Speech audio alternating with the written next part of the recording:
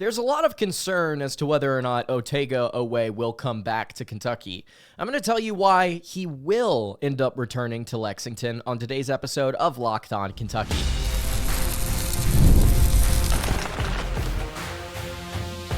You are Locked On Kentucky, your daily podcast on the Kentucky Wildcats, part of the Locked On Podcast Network, your team every day. All right, what's going on, Big Blue Nation? Welcome on into Locked On Kentucky, your daily Kentucky Wildcats podcast. I'm your host, Lance Dawe, and on today's episode of Locked On Kentucky, we are going to be talking about the latest surrounding Otega Oweh. There's been some concern online about whether or not he's going to return to Kentucky or if he's going to stay in the NBA draft. I'm going to tell you why he will come back to Kentucky, at least why I believe he will come back to Kentucky on today's episode, as well as take a look at what Jasper Johnson's role could end up being on this year's squad. Got a really interesting listener question comparing him to an SEC guard that's actually going through the draft process himself right now. Today's episode is brought to you by FanDuel. Right now, new customers can get $200 when their first $5 bet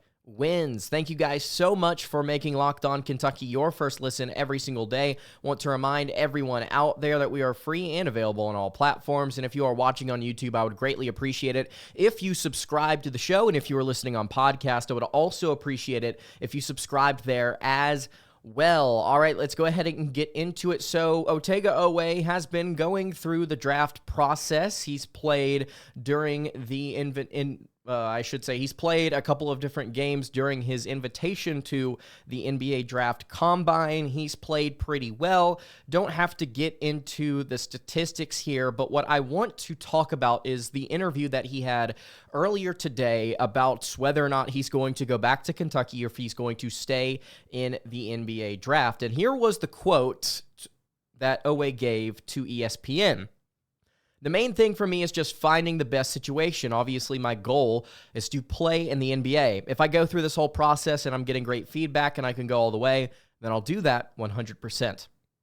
But either situation I'm in a great situation. I've just got to thank God for it. I've got a good situation back at Kentucky if I choose to go back. Either way, I'm just thankful to be here. Right now, though, he's trying to win. He's got a couple of different games. He said he wants to go 2-0. We know that if you win, everyone on the team is going to win. Just yesterday, Mark Pope actually talked about Otega and about what he could bring to the table. He talked about his physicality. He talked about both on offense and defense. It shows up on tape. It shows up in contact, explosiveness, and he has so much room to grow, at least according to Pope. He said, I think his ceiling as a playmaker, he hasn't even begun to tap into that. I think he can become an elite level playmaker. Something that he's talked about a lot is his ability to get off his shot up more quickly. He shot the ball last year, 37% from three, but to get it off quicker and get more attempts, I think is a big deal for him. On the defensive end, his ability to kind of neutralize bigs on the glass and bigs on switches is a place where he can really excel. I think he has a chance to grow into one of the elite steals guys in the country. At least that's what Mark Pope had to say about him. So Oweh going through the draft process right now saying, look, I'll stay in it if I get good feedback. Of course, who wouldn't feel the exact same way? But he acknowledges he's got a pretty good situation at Kentucky if he chooses to come back. And that is why I believe that he will return. This is why I think Otega Oweh will come back to Kentucky, is because the situation that he's going to find himself in is, I would say, significantly better than risking whether or not you are, first of all, going to get drafted, and second of all, whether or not you're going to get drafted to a team that can develop you or actually will keep you. That would be my concern. So even if the feedback is semi-decent, I look at another year at Kentucky and go, okay, first and foremost, Kentucky is going to pay me a ton of money to come back to this year's roster. Kentucky has not shied away from paying big-time stuff, or big-time bucks, I would say, to these transfer portal kids that they've got coming in. They've not shied away from throwing some money on the table. I think they've got some ready for Otega if he decides to come back. If they don't get Otega, just want to point this out here too, Kentucky's going to throw some money at somebody else in the transfer portal. Or they're just going to let Colin Chandler be incredible. That would probably be the second best solution. let Chandler and Jasper Johnson and then go get another depth piece, I should say, in the portal or from the international ranks. But I think Otega is going to come back because Kentucky can afford to pay him more. That's where this starts and ends for me. I think the Wildcats can pay him more money. And we've seen that throughout college basketball over the last couple of seasons. We've seen all of these players, these upperclassmen, decide to run it back again because the money that they can get at school is substantially larger than the money they could get as a second-round NBA talent. I think Kentucky's going to pay him handsomely. I also think that there is a massive chunk of playing time and scoring that will be dropped into his hands the moment that he returns. So not only is Kentucky going to pay him financially, I think they're going to pay him and reward him by letting him run a lot of possessions, letting the offense go through him a large portion of the time. I think he is going to be Kentucky's top shooting option. And I don't mean shooting like jump shooting. I mean shooting like he's going to put up the most field goal attempts on this team. And I don't know if anybody else is going to be close, frankly. I think it's going to be in his hands to run this thing a good bit. And frankly, because of the physicality surrounding him this year, I think he's going to find himself getting through the lane and getting to the rim. I wouldn't say easier, but I think he's going to find shots going in the hole around the rim quite often this upcoming season. You listen to what Mark Pope is saying about him becoming a better playmaker. Mentioned that there a couple of minutes ago. He's going to have the ball in his hands, not just shooting, but also distributing. You have to be able to do that. You have to be able to get some stuff going inside, outside for this Kentucky squad. Even if the percentages from three are not what they were a season ago, you got to be able to drive and kick. And I think Oway is going to develop more of that this season. So he's going to be rewarded financially. He's going to be rewarded with playing time and usage rate. And then on top of all of this, he's going to be rewarded with the roster that he gets to play with. This is, I think, on paper, a better roster than Kentucky had a season ago. Now, will they gel as well as the Cats did last season? I don't know. That's yet to be seen. But in terms of athleticism, speed, and muscle, Kentucky is much better than they were last year. They brought in a ton of different guys that can contribute in different ways that the team could not produce last year. The players surrounding him will help him and make him look like a better player. That is why I think Otega Oweh will come back. It's the money, it's the playing time, and it's the surroundings, period. You give him one more year, and he averages 17 a game. He's an All-American type guy. He's an All-SEC type guy. And he ends up getting drafted maybe late first round, maybe mid first round, depending on what that jump shot turns into, if he's able to shoot quicker than he has in the past. I'm looking forward to seeing Otega come back and play one more year for Kentucky. I want to be clear. This is not me reporting that he has announced that he's returning. This is not me saying I know what Otega Oweh is going to do. But this is why I believe that he will come back. I don't know what he's going to do, but I'm telling you, I'm strongly leaning towards him returning and announcing that he's going to come back to Kentucky before that May 28th deadline. For the people out there that see a snippet of draft combine stuff or hear a quote or see some stat or some highlight, and you immediately on Twitter, the reaction is, oh, Otega Oweh's gone. He's not coming back. Relax. There are 13 days to get an answer for this. It's going to be a minute, but I think he's coming back. At least that's what I believe right now. Let me know what you think in the comments below. I want to throw this out here before we continue along. BG Bizzle 25, who submitted a question to our Google form, which you can find over on the post tab on our YouTube channel. He said Otega is going to come back better than ever. Do you guys realize the world where Otega doesn't just come back, but he turns into a true star. And when I say true star, it's kind of hard to say that about a kid that averaged 16 last year, but what if the jump shot improves? What if he's shooting 38% from three on a larger volume? What if he is a much better distributor? What if he's just a better focal point in this offense than he was a season ago? What if he's multi-dimensional in the way that he can be used on this team? And he's not just multi-dimensional, he's very good at various things that he wasn't a season ago.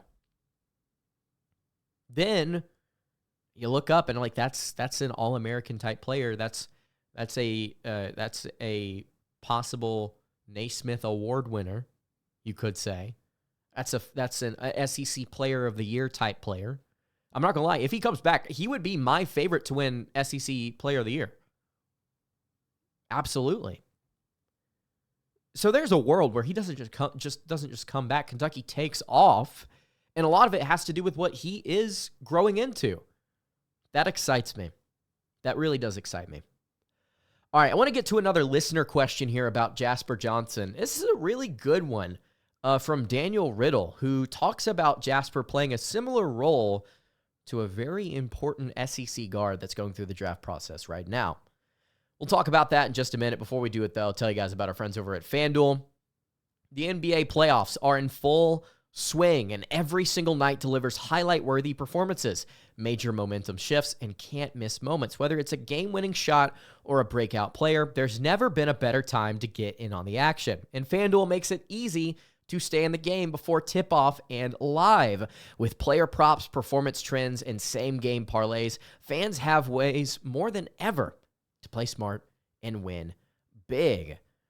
New to FanDuel, it's the perfect time to sign up. You can head to FanDuel.com and place your first $5 bet. If it wins, you'll get $200 in bonus bets. You can make every moment more with FanDuel, an official sports betting partner of the NBA.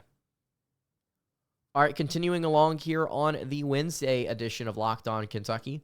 Lance Dawe hanging out here with you. I really appreciate you guys checking out the show today. If you have not subscribed to the YouTube channel or the podcast feed, would love it if you did so. We are trying to get 20,000 subscribers before the start of basketball season, which is going to technically start in October, but it doesn't really start until November.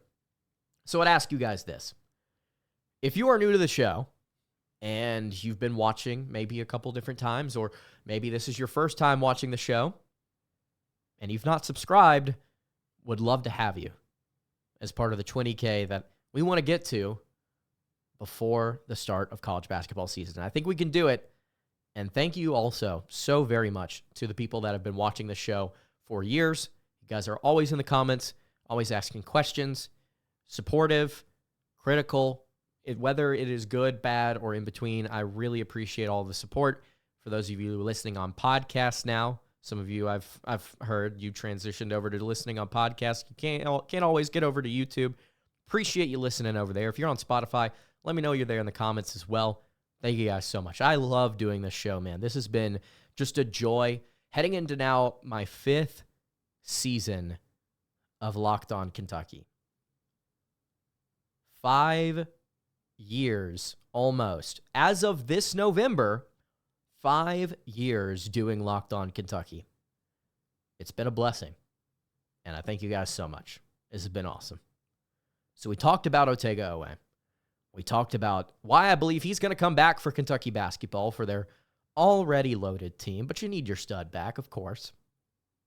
It's the money, it's the playing time, it's the guys surrounding him, guys like Chandler, who we talked about yesterday as a secret weapon on this team. And I want to talk about somebody else here who is not a secret weapon, I would say.